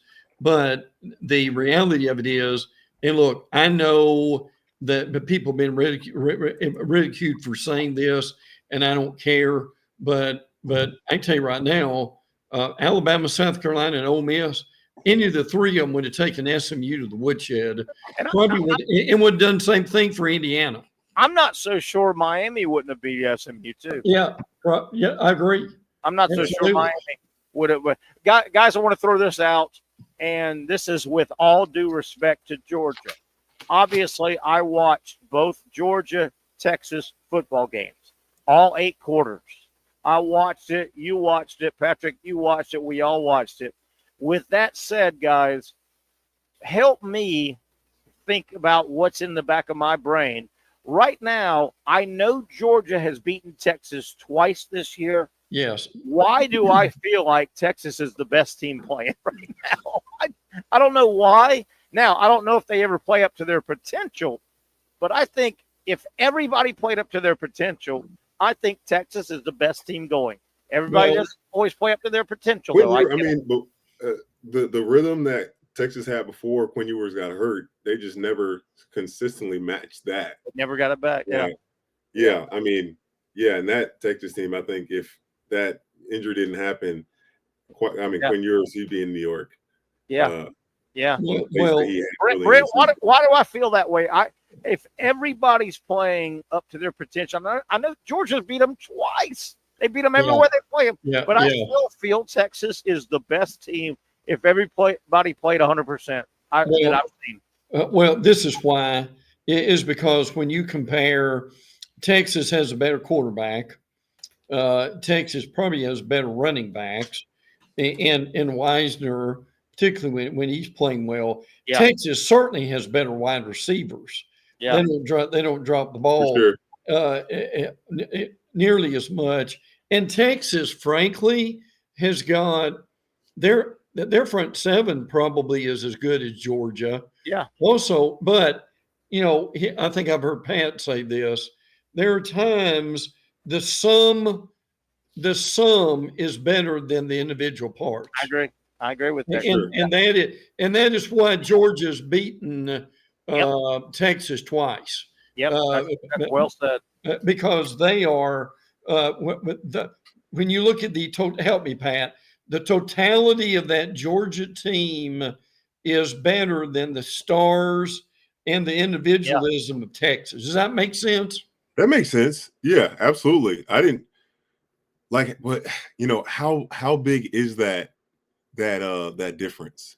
Yeah. And obviously it matters a lot, recruiting and surprisingly, Texas still has some pretty solid, like the third string guy, because I know two of their main first two running backs were injured out for the year. It's amazing what they've done to running back. It really is. It really is. DJ Baxter's out. The next guy, Crazy, Wisner and Gray. It's unbelievable. I think what Brent was saying, and I want to see if I can throw my 2 cents in. and I totally respect what he said and agree with him. I think what Brent was saying when it comes to Texas and Georgia, when I look at that matchup, let's just say Georgia defense, Texas offense on the field, they're snapping the ball. I would probably say there's 11 guys on the field, okay, 11 positions, okay. The 4 best players when Georgia is defending Texas on offense, the 4 best players, I would say, are Texas Longhorns, but the next best 7 players are Georgia defenders. Yeah. Some versus whole. But Yeah. I know Georgia's beat them twice. I watched every snap of both games. But damn it, and by the way, Georgia and Texas could only play in the championship game. They're in different brackets. Right. If they played again, I swear to God, I'd pick Texas, barring a major injury. I think I would pick Texas too. You have to be the team 3 times in football. Football, that's hard, man. Well, and guys, look, here's another way of looking at this, and we've all seen this, but the honest truth is, there have been times this year Georgia's been awful. They were frankly, Florida should have beat them. Kentucky should have beat them in that 13-12 thing, and Georgia Tech certainly should have beat them. Absolutely. You can't fool. I'm still heated about that. Haynes Keene's gonna fumble when they have the chance for another clock.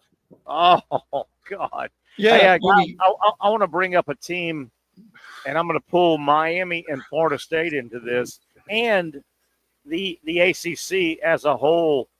I think how do I phrase this? Man, some of this crap is scripted. You think? Some of this crap is scripted, man.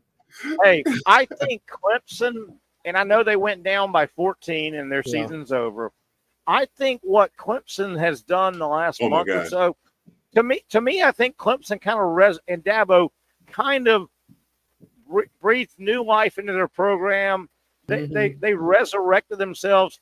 I don't think that's good news for FSU, Miami, and the ACC. I see Clemson catching their breath a little bit. I was impressed with Clemson. Their fight the other day. Yeah. Texas was good.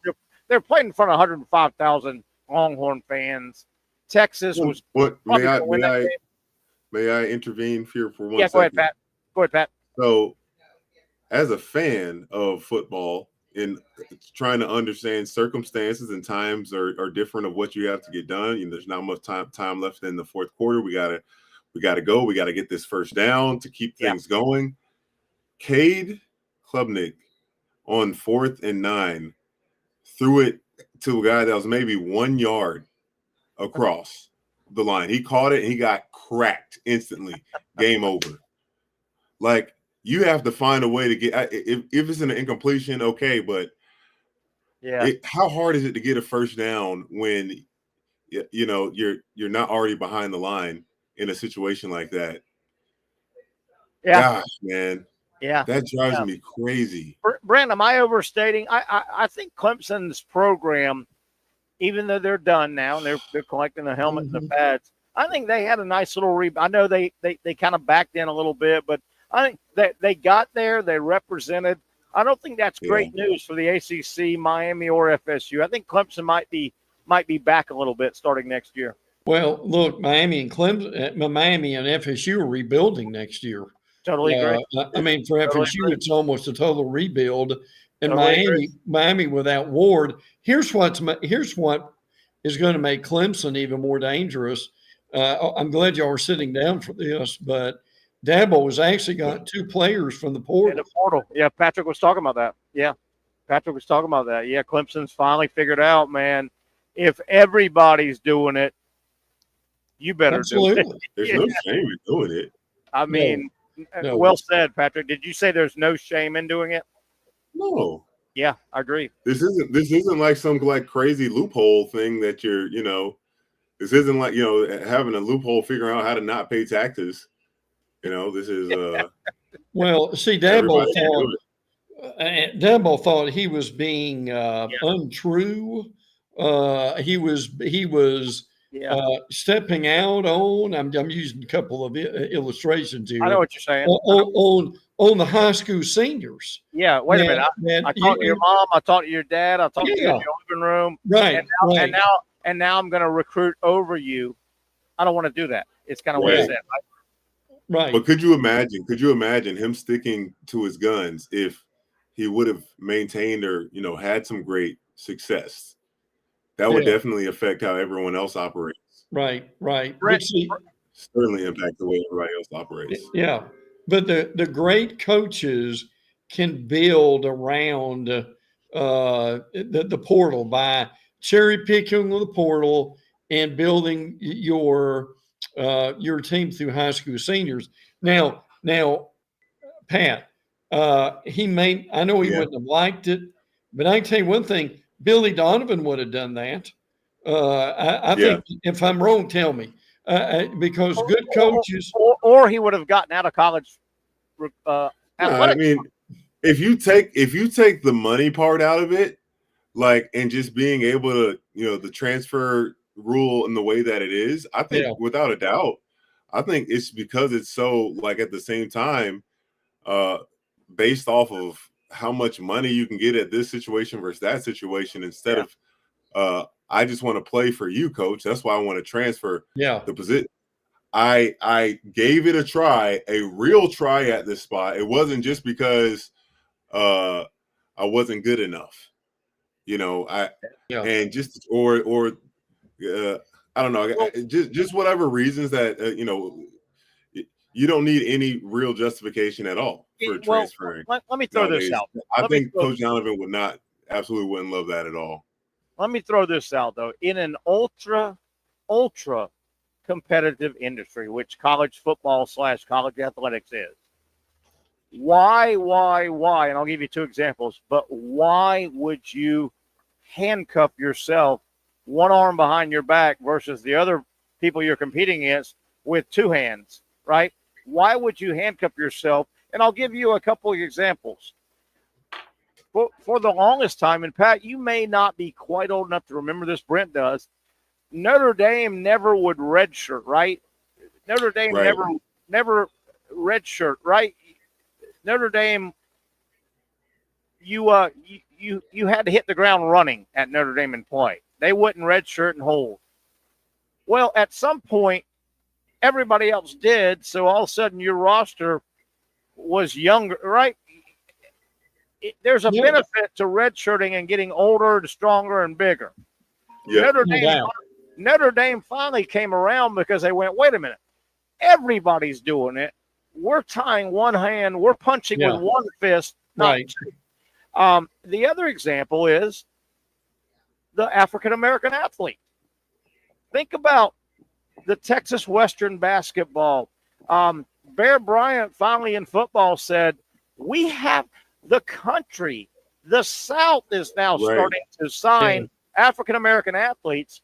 Right. We have to do that or we're fighting with one fist and they're fighting with two, right? I mean, so I think Dabo finally has looked up and said, why would I handcuff myself if I'm competing? And I think it's a smart move. Now, that doesn't mean he has to like it. Right. Of course not. But if he doesn't like it so much, then he needs to get out of the industry. Yeah, and I don't think, his main core values and things, I don't think he has to compromise those at all. It's just going to be during his recruiting process. Yeah. Uphold your standards in those positions, and if you don't think it's the right fit, don't get sucked into that. And if the kid's making it all about money, then that's probably not the kind of character person you want. And Brent, if Dabo doesn't like everything about the portal and the movement and all, in my opinion, Dabo should get out of the industry instead of hold Clemson hostage, because he is Clemson football. Say what you want, the head coach. He is. Yeah, he is. I think Dabo would need to walk away or adapt, and it looks like he's adapting, doesn't it? Well, and look, what we've said about Dabo all along, you don't need to go out and get 20 portal guys. Sure. All you need is a handful. at particular places. And if you do that, you'll be okay. Yeah. Brent, hang tight. Let's come back. I'll take a quick break, final break. We'll have a couple minutes left with Brent Beard with a couple of topics, including the Florida football roster. Boy, it looks like Billy Napier, before they get back together in April, he's going to add some bullets to that gun. And boy, Florida football in the last 6 weeks, 8 weeks, has taken a turn for the good. It really has. Talk about that. Good news possibly on the Todd Golden Title IX investigation front. I don't know if y'all have heard that. We'll talk about that and a whole lot more as we wrap it up on the other side. The Young and Norvelle Show, live on a Monday from Icebreakers Bar and Grill. Finally, a family atmosphere, kid-friendly restaurant with a real sports bar feel. Rick's Jack's Beach features all of that and a large, climate-controlled covered patio with misting fans and heaters for all seasons. Mix in an extremely diverse menu that features the most quality and affordable steak at the beach, and there's no reason not to enjoy your next lunch, dinner, happy hour, or big sporting event at Rick's Jack's Beach, 300 2nd Street North in Jacksonville Beach. See you at Rick's Jack's Beach.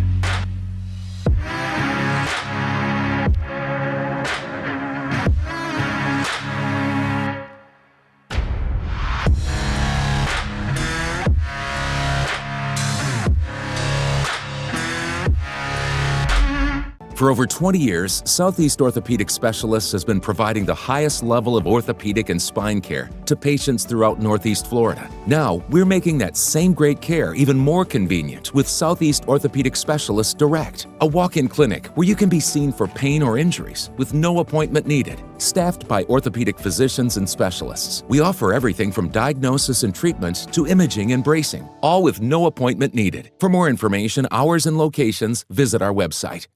You really got to hand it to him. Hold on. The previous play is under further review. I'm not sure what he could review, but okay.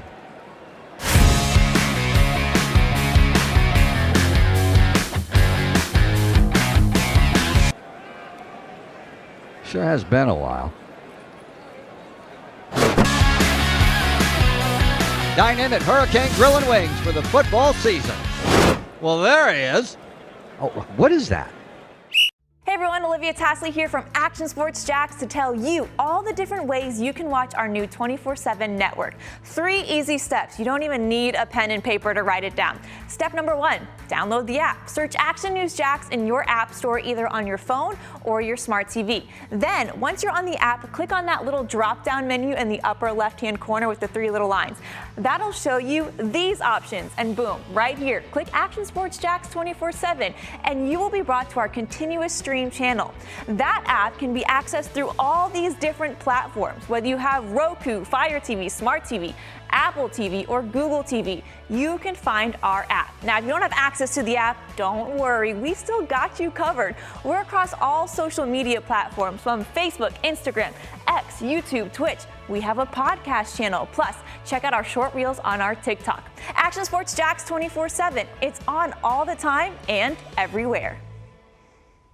Summertime means sizzling sales at Nimnick Buick GMC. The #1 Buick GMC dealer in Jacksonville has lots of inventory to choose from with their best price guarantee. Nimnick never charges above MSRP. You can save up to $10,000 off select new GMC Sierras or get rates as low as 1.9%. You know, I'm a truck guy. GMC Sierra, my trim level is an SLT. This one's an Elevation. Pretty good looking color as well. So here at Nimnick Buick GMC, you have a lot to pick from. My father-in-law, he drives this, an Enclave, so I like that GMC in the family. 2025 is coming around the corner, which means it's almost time to close out those 2024s this summer. You can schedule a test drive at NimnickBuickGMC.com. And while you're there, check your trade value and customize your payment options. Nimnick is there for you, even on Sundays. Visit the showroom on Phillips Highway or shop online at NimnickBuickGMC.com. Nimnick, your friends in the car business since 1941. GMC, we are professional grade. Back we are, nightfall heading on top of Jack's Vegas on a Monday. Cold, kind of not as nasty as it could be as we welcome him back. The temperature's not terribly cold, but boy, just a winter-looking day out. It's coming. Long. Yeah, it's going to be. Winter is coming. Oh, winter is pretty much coming over here. Patrick Young, Brent Beard, Terry Norvelle. Hey, real quick, guys, I got to get out my favorite athlete of all time by a mile. I know, man. I thought about you. Yeah. Nobody ever comes closer than my man, Ricky Henderson. Ricky Henderson. My favorite all time. He was a great athlete, great athlete. Could have played football, was a star football player in Los Angeles, went the baseball route. Nobody looked cooler in a uniform, just a great athlete. Passed away over the weekend at the age of 65. Broke my heart. That was my man, guys. Hey, Todd Golden. I don't know if you guys have followed the stuff. Word now is coming out a little bit, leaking out around the Florida Title IX investigative area. The word, it seems to be, Pat, unless you've heard more than I have, it seems to be that Florida's Title IX investigation to the allegations against Todd Golden, maybe cyber stalking and things like this, supposedly Florida's Title IX investigation has found nothing to back up these allegations. I don't know if that means it's over or not over, but yeah, I mean, that's the first I've heard in a few weeks, but supposedly Florida has looked into this and said, we can't find anything to back up these allegations against Todd Golden. No evidence. No evidence. So there you have it. Brent Beard, go ahead, Brent. Yeah, let me say a couple things about that real quick. I talked to a media member who was at the game Friday. Okay. And he said there'll be more coming out in January.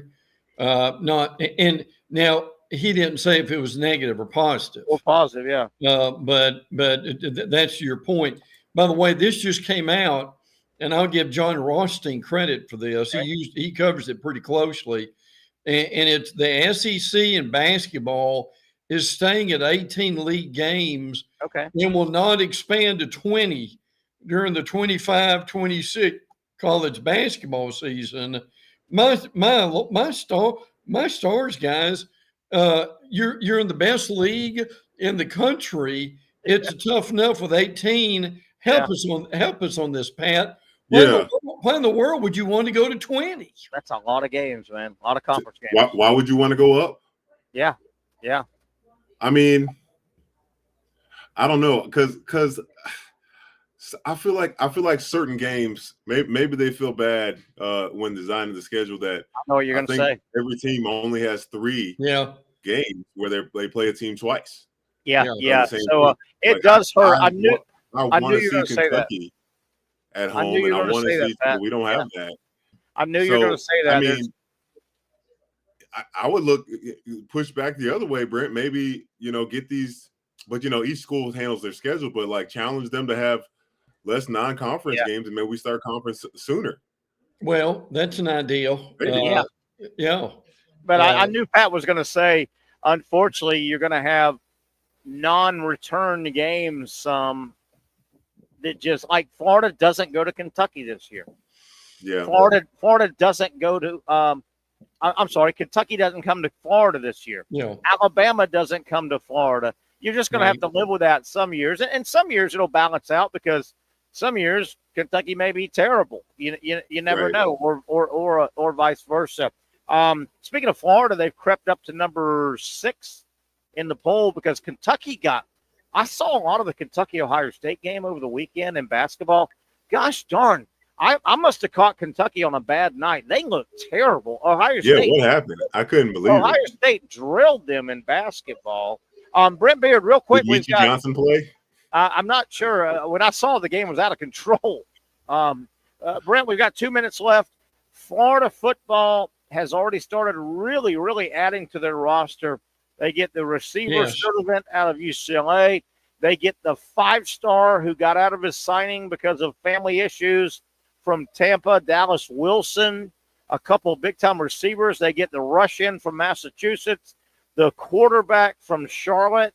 Wow, Napier's hit the ground running at the end of the season. He really has. This Deshaun Purdy from Charlotte, I mean, he threw for nearly 2,000 yards. Now, look, Langway's going to be your cornerback, but you've got to have a full – here's what's funny about this. The highest graded true freshman deep passer is Lagway. The guy who's number 2 is Deshaun Purdy from Charlotte. And Patrick, we've got 1 minute left, Patrick. I'm going to throw this out. I'm not jinxing anybody. I love Lagway. Lagway does strike me as a guy that might be a little injury prone. I could see him tweaking an ankle here and tweaking a hammy there. You better have somebody to fill in behind Lagway, I think, over a long physical season. Yeah, without a doubt. I agree with you there. I don't know, man. He seems to be I'm thinking that maybe after that the hamstring injury, I'm thinking that he's going to try to protect himself a lot more.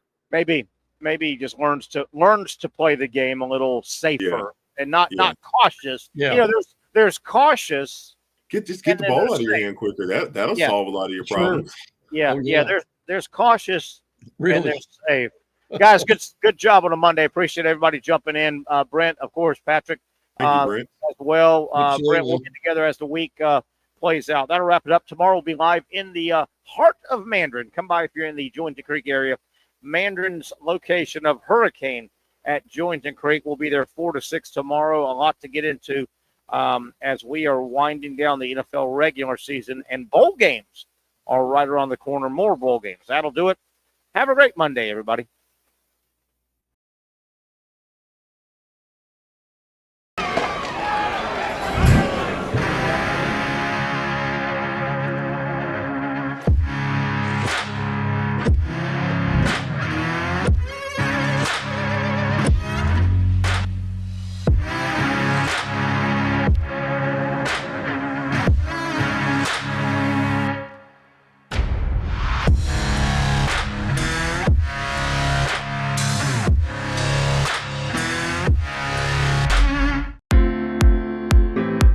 At Southeast Orthopedic Specialists, we know pain and injuries can stop you from doing what you love.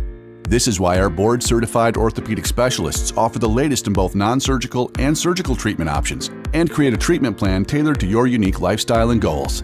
So, whether it is a sports injury or that nagging pain that's keeping you from doing what you love, our team has the right treatment for you. For more information or to schedule an appointment online, visit our website.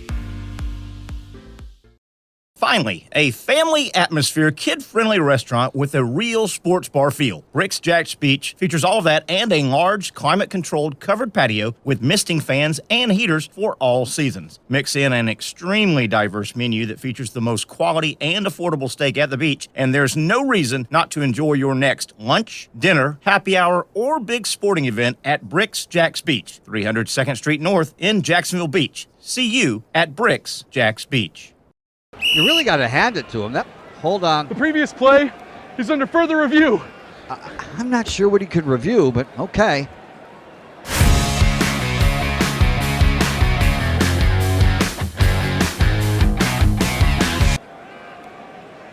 Sure has been a while. Dine in at Hurricane Grill and Wings for the football season. Well, there he is. Oh, what is that? The Action Sports Jacks 24/7 network is streaming. I'm Stuart Weber, and I'm here to teach you a nice three-step process on how you can watch all your favorite programming from the Brent and Austin Show every weekday 10 a.m. to 1 p.m. or the Cup Date with me. It's fantastic. We talk NASCAR. It's a great time. Wednesdays at 1 o'clock. All right, first step, easy. Download the Action News Jacks app. You probably already have it downloaded on your phone, so you might already have that one taken care of. Step 2, see that stack of pancakes up there? You click that stack of pancakes, and it's going to bring down step number 3, which is a full screen of all the different streams that you can click on, including the Action Sports Jacks 24/7 stream. You click that, the video's rocking and rolling on your mobile device, you're watching all the shows you want to, and you're having a good time. You can also do it on your smart TV with the Action News Jacks Now app. I do it on my Samsung TV at home. It's a great way to watch it on a nice, large screen for all the content. That's the Action Sports Jacks 24/7 network. Hope you can find it.